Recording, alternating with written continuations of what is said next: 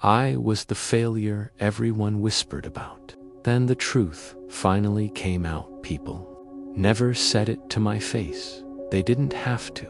I could feel it the moment I walked into a room. The pause, the exchanged looks. The way conversations lowered their volume just a little too late. Was the failure everyone whispered about. Not loudly, not openly, but enough for it to follow me everywhere. At family gatherings, I was the one people asked about last. At school reunions, the one whose name was followed by awkward silence. At work, the one nobody expected much from. And the worst part wasn't that they believed I had failed. It was that, deep down, I started believing it too. I grew up in a family where success wasn't optional, it was expected. My older cousins were doctors, engineers, business owners. Their names were spoken with pride. Their mistakes were called learning experiences. Mine were called proof that something was wrong with me. From the outside, my childhood looked normal. A house, food on the table, family dinners on Sundays. But inside, there was an unspoken ranking, and I was always at the bottom. No one ever said, "You're the disappointment." They didn't need to it. Showed in the sighs when my grades came home, in the way my parents compared me to others, just to motivate me, in how quickly conversations changed when I talked about my dreams. I learned early that hope made people uncomfortable. Wasn't easier. I wasn't the worst student, but I wasn't the best either. And in a world that only celebrates extremes, average feels like invisible. Teachers saw me as someone who had potential but lacked discipline. Classmates saw me as background noise, the quiet kid who never quite fit anywhere. I tried, I stayed up late, studying. I rewrote assignments. I told myself that effort would eventually matter, but every time I stumbled, it confirmed what everyone already believed, that I was destined to fall behind. The whispers started around high school, not loud rumors, just soft judgments. Such a shame. He used to be promising. She had so much potential. I wonder what went wrong. Nothing had gone wrong. I was just human. But when people expect greatness, humanity feels like failure. The real breaking point came after graduation.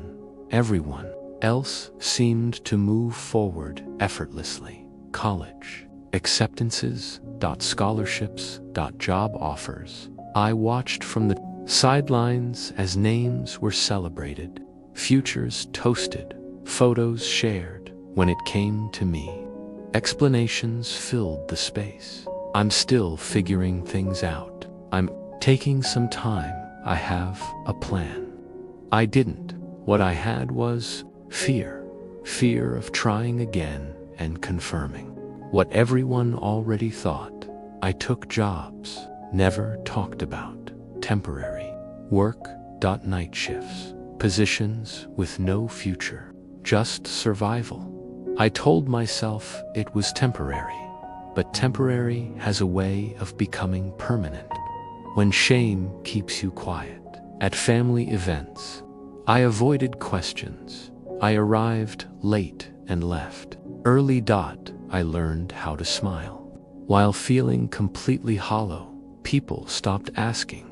Eventually, which somehow hurt even more. The worst whispers didn't come from strangers, came from people who loved me, or at least claimed to. I overheard conversations I wasn't supposed to hear. She's still not doing much. He hasn't figured himself out yet. We're worried about his future. They weren't cruel. They were disappointed. And disappointment cuts deeper than anger. At some point, I stopped defending myself.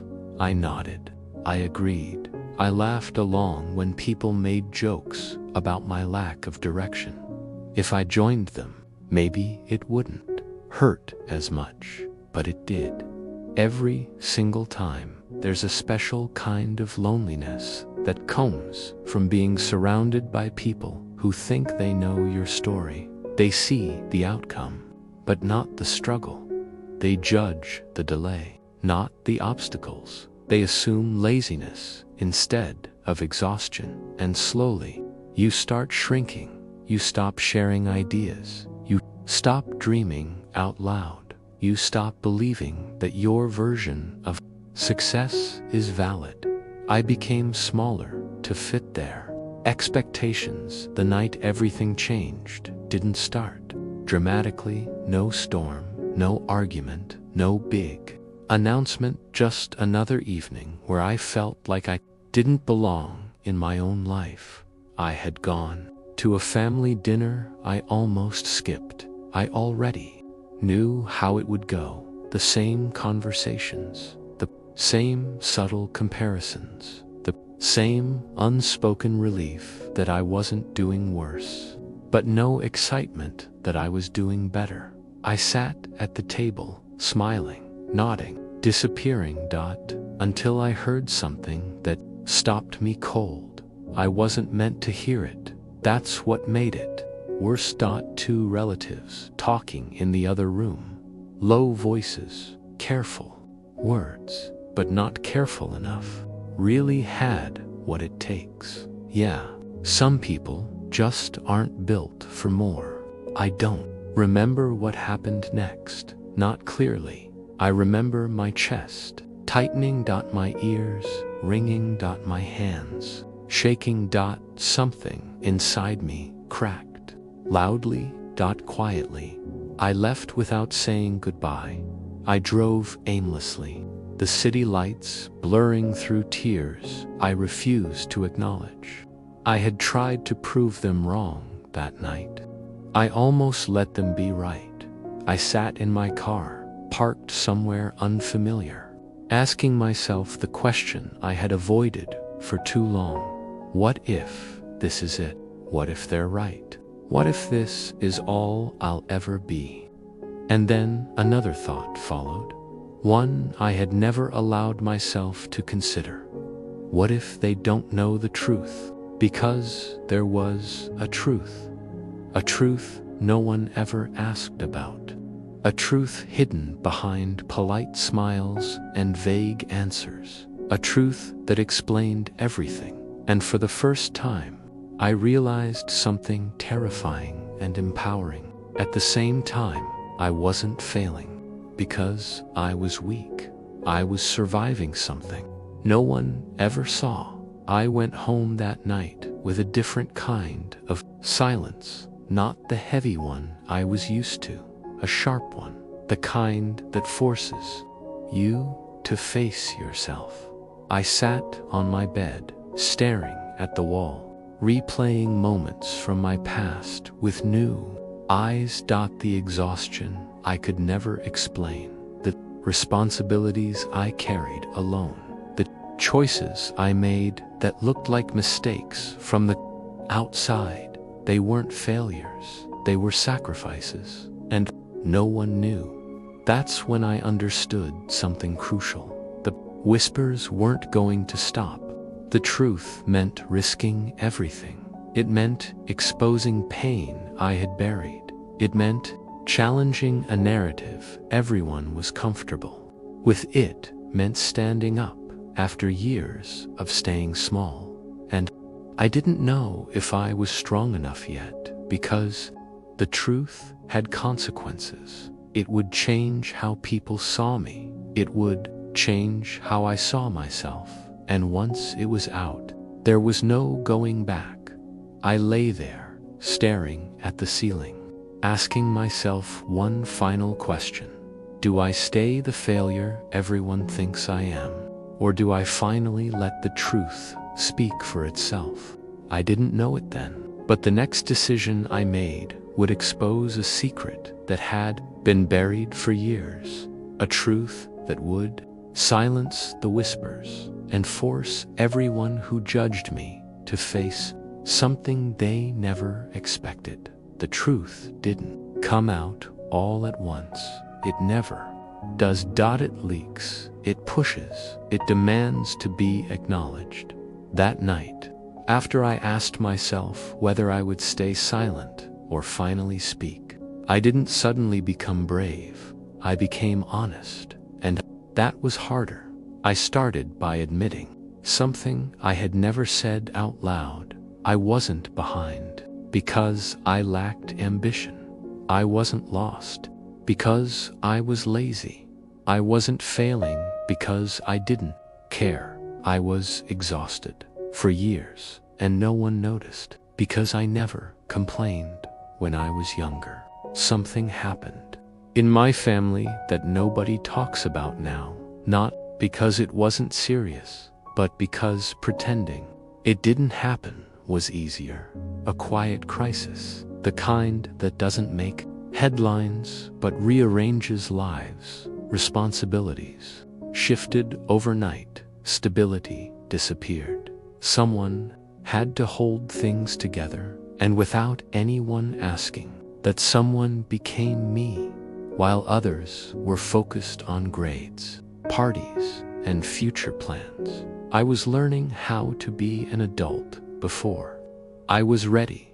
I learned how to manage emotions that weren't mine, how to keep secrets, to protect people who wouldn't protect me, how to sacrifice opportunities without making it obvious.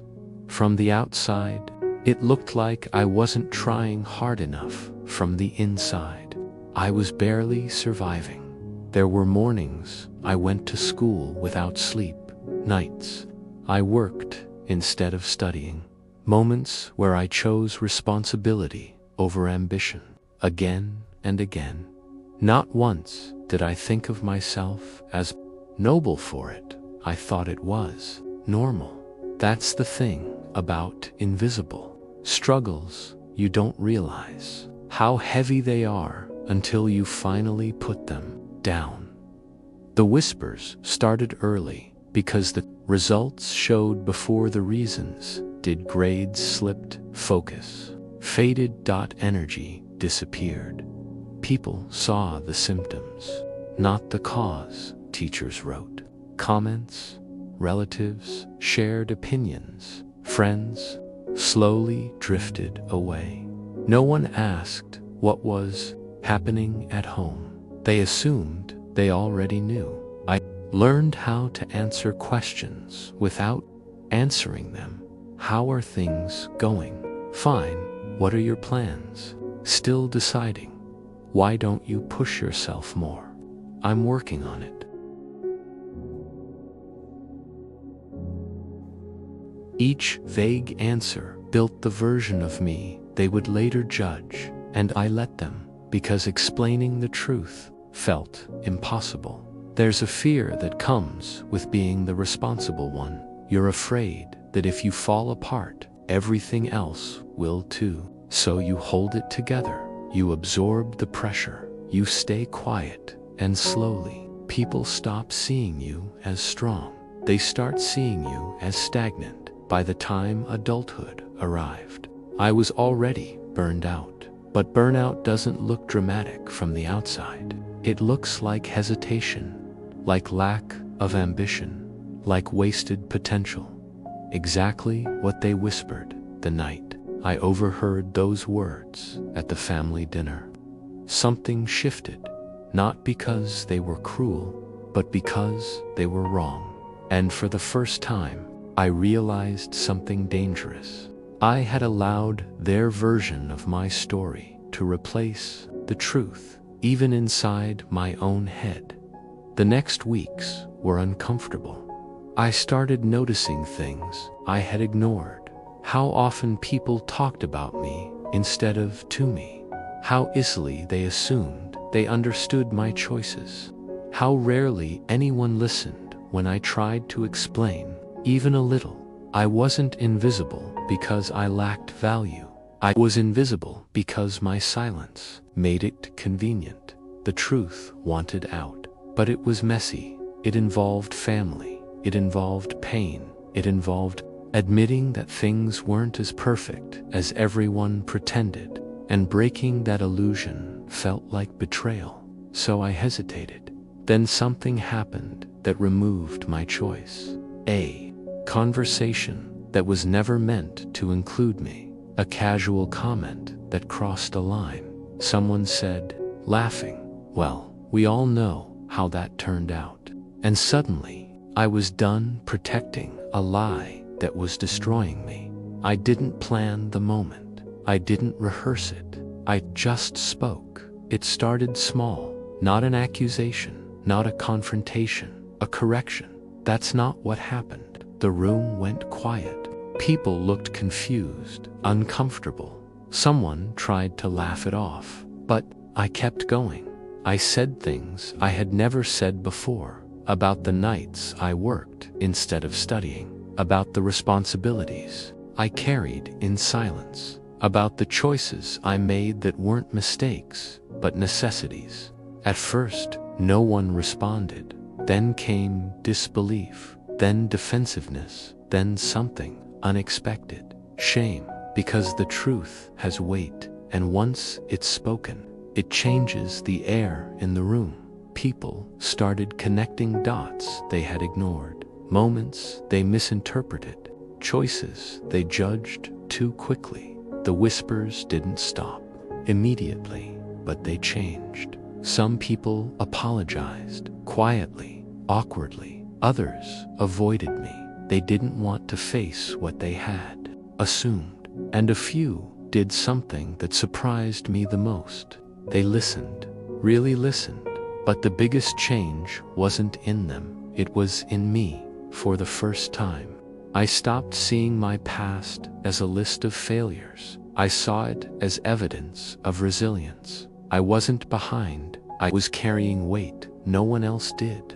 That realization was both freeing and terrifying, because if I wasn't a failure, then what was I capable of? And if the truth was finally out, what happened next was up to me. The whispers hadn't disappeared yet, but they were losing their power. And something else was beginning. Respect, not loud, not dramatic, but real. I thought the truth would simply clear my name. I didn't expect it to expose something even deeper. A decision I made years ago that would finally come to light and force everyone to see me in a completely different way. The truth doesn't just change how others see you. It changes how you see everything that came before, after that night. After the words were finally spoken out loud, I expected relief. I expected closure. What I didn't expect was fear. Because when the lie disappears, you're left alone with the truth. And the truth demands action. For years, my identity had been shaped by whispers, not loud accusations, not public humiliation, just quiet assumptions. Looks that lingered a second, too long conversations that paused when I walked in, pity disguised as advice. When people believe you failed, they treat you gently, but gently can still be cruel. Now that the truth had cracked the surface, I noticed something strange. People didn't know how to treat me anymore. Some tried to act normal, others overcorrected.